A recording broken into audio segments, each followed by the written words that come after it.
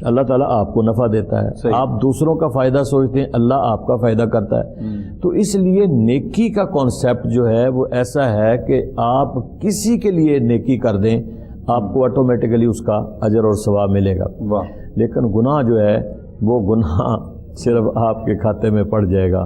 آپ اتنا فائدہ پڑے گا کہ آپ گناہ کرتے ہیں, جو اس گناہ کو دیکھ کر گناہ میں مبتلا ہو گیا وہ بھی آپ کے پلڑے میں پڑ جائے گا, آپ کے کھاتے میں پڑے گا. گناہ کی وجہ سے, آپ کے گناہ کی وجہ سے جو خاندان متاثر ہو رہے ہیں وہ گناہ آپ کے کھاتے میں. گناہ یہ دیکھیں نا حدود کے ہیں, یہ ایسے گناہ پریشان ہو رہے ہیں, ایسے گناہ ہیں جن کا تعلق تمہاری سوسائٹی کے ساتھ ہے, جن کا تعلق تمہارے معاشرے کے ساتھ ہے.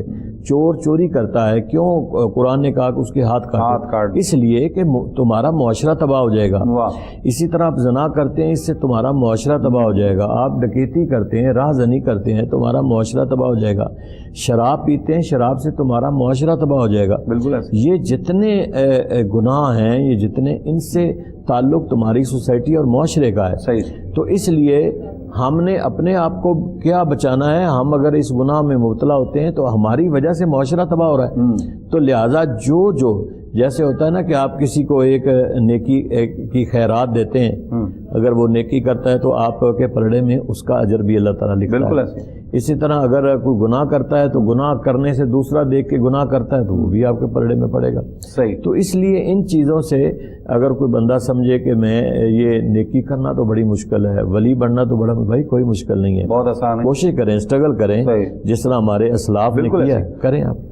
پیر صاحب کیا فرماتے ہیں کہ ہماری زندگیوں میں, جس طرح پیر صاحب نے فرمایا کہ زندگی میں نیکیاں بہت آسان ہیں, چھوٹی چھوٹی نیکیاں, چھوٹی چھوٹی, بڑی بڑی ہمیں کرنے کی ضرورت ہی نہیں ہے. میں کہتا ہوں کہ کوئی بندہ اگر 200 بندوں کو لنگر نہیں کھلا سکتا, اس کی استطاعت نہیں ہے, تو میں اکثر کہتا ہوں کہ بھائی 10 روپے کا کیک لے لو, 10 روپے کا کیک بیکریوں سے مل جاتا ہے, وہ کیک لے کے جا کے چینٹیوں کو ڈال دو, یہ بھی تمہاری طرف سے نیکی ہو جائے گی, ایک صدقہ ہو جائے گا. یہ چھوٹی چھوٹی چیزیں. ہم سمجھتے ہیں کہ نیکی تو جناب وہ رمضان چھیپا کا کام ہے, عبدالستار عیدی کا کام ہے, یا ظفر عباس کا کام ہے, وہی نیکیاں کریں, ہم کیوں کریں کسی کے لیے, جبکہ یہ چھوٹی چھوٹی نیکیاں ہم کر سکتے ہیں. دیکھیں, والدین سے محبت کا رویہ رکھنا یہ بھی بہت بڑی نیکی ہے. آپ کے ساتھ بھی, اپنے والدین کے ساتھ بھی, بہن بھائیوں کے ساتھ حسن سلوک کا رویہ رکھنا. کیا کہیں گے اس حوالے سے؟ ان چھوٹی چھوٹی نیکیوں کی طرف توجہ نہیں ہے ہماری, جبکہ میں سمجھتا ہوں, ہم نے مشائخ سے سنا ہے, علماء سے سنا ہے کہ یہ چھوٹی چھوٹی نیکیاں بھی بعض اوقات انسان کو ولایت کے درجے پہ فائز کر دیتی ہیں. بسم اللہ الرحمن الرحیم. السلام علیکم ورحمۃ اللہ وبرکاتہ. تمام ناظرین اور سامعین, نبی کریم علیہ الصلاۃ والسلام کی بارگاہ اقدس میں صحابہ کرام علیہم الرضوان موجود تھے. بلا شبہ آپ نے فرمایا نیکی مفت میں ملتی ہے, گناہ خریدنا پڑتا ہے, لیکن بعض نیکیاں ہیں جو ان پہ بھی خرچ آتا ہے. مثال کے طور پہ صدقات و خیرات کریں گے, جس طرح مفت کے صدقات و خیرات ہوتے ہیں, اسی طرح مال پیسے سے بھی صدقات و خیرات کیے جا سکتے ہیں. نبی کریم علیہ الصلاۃ والسلام صحابہ کرام علیہم الرضوان کے درمیان جب فضائل صدقات پر گفتگو فرما رہے تھے تو جو امراء صحابہ تھے وہ تو مال و زر صدقات کرنے کے لیے تشریف لے گئے, لیکن ایک صحابی رسول جن کا نام حضرت ابو امامہ باہلی رضی اللہ تعالیٰ عنہ ہے, وہ بیٹھے بیٹھے لب ہلا رہے ہیں اور گئے نہیں ہیں. تو نبی کریم علیہ الصلاۃ والسلام نے جب پوچھا کہ آپ کیا پڑھ رہے ہیں, کیا لب آپ کے جو ہل رہے ہیں یہ کس لیے ہل رہے ہیں, تو عرض کرنے لگے, آپ نے ارشاد فرمایا ہے سبحان اللہ, ماشاء اللہ, الحمدللہ, یا دیگر اوراد و وظائف, جس طرح درود پاک بھی اور دیگر بہت ساری ایسی نیکیاں جو بندہ کرتا ہے اور ان پہ کوئی خرچ نہیں آتا. جو امراء ہیں ان کے لیے ضروری ہے کہ وہ خرچہ کر کے نیکی کریں. صحیح.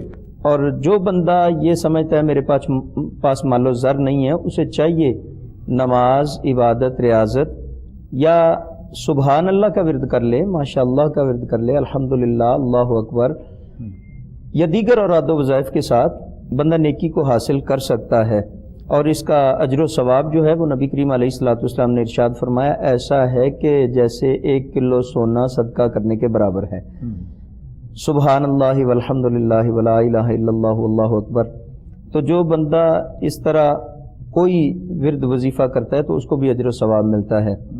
تو بالخصوص تو ضرورت ہے بندے کو کہ وہ نیکی کرے، اور نیکی بھی اس کی اعلانیہ ہو. مثال کے طور پہ اذان آتی ہے تو بندہ وضو کرتا ہے، زبان سے تبلیغ نہیں کر رہا، خواہ وہ عالم نہیں ہے، سادہ بندہ ہے، گفتگو بھی نہیں کر سکتا، وہ اپنے عمل کے ساتھ نماز کے لیے وضو بنایا اور نکلا ہے، گھر سے نکلا ہے تو گھر والوں کو تبلیغ ہو رہی ہے، بازار سے گزرا ہے تو بازار والوں کو تبلیغ ہو رہی ہے، صحیح. اور مسجد میں پہنچا ہے تو وہ نماز پڑھ کے جب واپس آتا ہے، یعنی جہاں سے وہ گزرتا ہے وہ سائلنٹ تبلیغ کر رہا ہے، یعنی اس کی نیکی اس قدر بڑھ گئی ہے. گھر میں پڑھے گا تو اکیلا تو ایک نماز کا ثواب، اور مسجد میں جا کے پڑھے گا تو 27 گنا ثواب بڑھ جاتا ہے. بلا شبہ نیکیاں مفت میں بھی ملتی ہیں اور خرچ کر کے بھی. تو جو عمرا ہیں انہیں چاہیے کہ وہ خرچ کر کے نیکی حاصل کریں، مساجد بنوائیں، مساجد میں لوگ نمازیں ادا کریں گے تو ان کو اجر و ثواب ملے گا، اور اس دنیا میں ہی نہیں بلکہ قیامت تک ثواب جو ہے وہ جاری رہے گا. بالکل ٹھیک، بالکل ٹھیک ہے، آپ کی بات بھی ٹھیک ہے، لیکن ہم جس پر خاص طور پہ قبلہ پیر صاحب نے اشارہ فرمایا کہ ہم جس جگہ پہ کھڑے ہیں نا، یعنی ہم جس زندگی کے دورائے پہ کھڑے ہیں، یا جس جدید گلوبلائز دور میں ہم جی رہے ہیں، اس دور میں بہت ساری چیزیں ایسی ہیں کہ جو پیسے دے کے آپ نے جا کے خود سے جا کے آپ پیمنٹ کر کے گناہ کر رہے ہیں، اور دنیا کی محبت میں آپ دھنستے چلے جا رہے ہیں. اللہ اکبر. اور یہ جو جس طرح آپ نماز کا ذکر کر رہے ہیں، نماز ہے، قرآن ہے، اور دیگر جو ہماری رسول اللہ صلی اللہ علیہ وسلم کی جو اسوہ حسنہ ہے جس پر آپ نے عمل کرنے کا حکم دیا، اس پر یقیناً ہم دور ہیں. ہمارا اس وقت ہمارے رونے کا مقصد یہی ہے، ہماری بات کرنے کا مقصد یہی ہے کہ ہر بندہ اللہ کا ولی بن سکتا ہے. پیسے اور اس کی تو کوئی یہاں پہ ہم کوئی اس کی کوئی ہم تقسیم نہیں ہے. ہم تو یہ کہتے ہیں کہ ہر بندہ اللہ کا ولی بن سکتا ہے اگر وہ تھوڑا سا سسٹم کو سمجھے.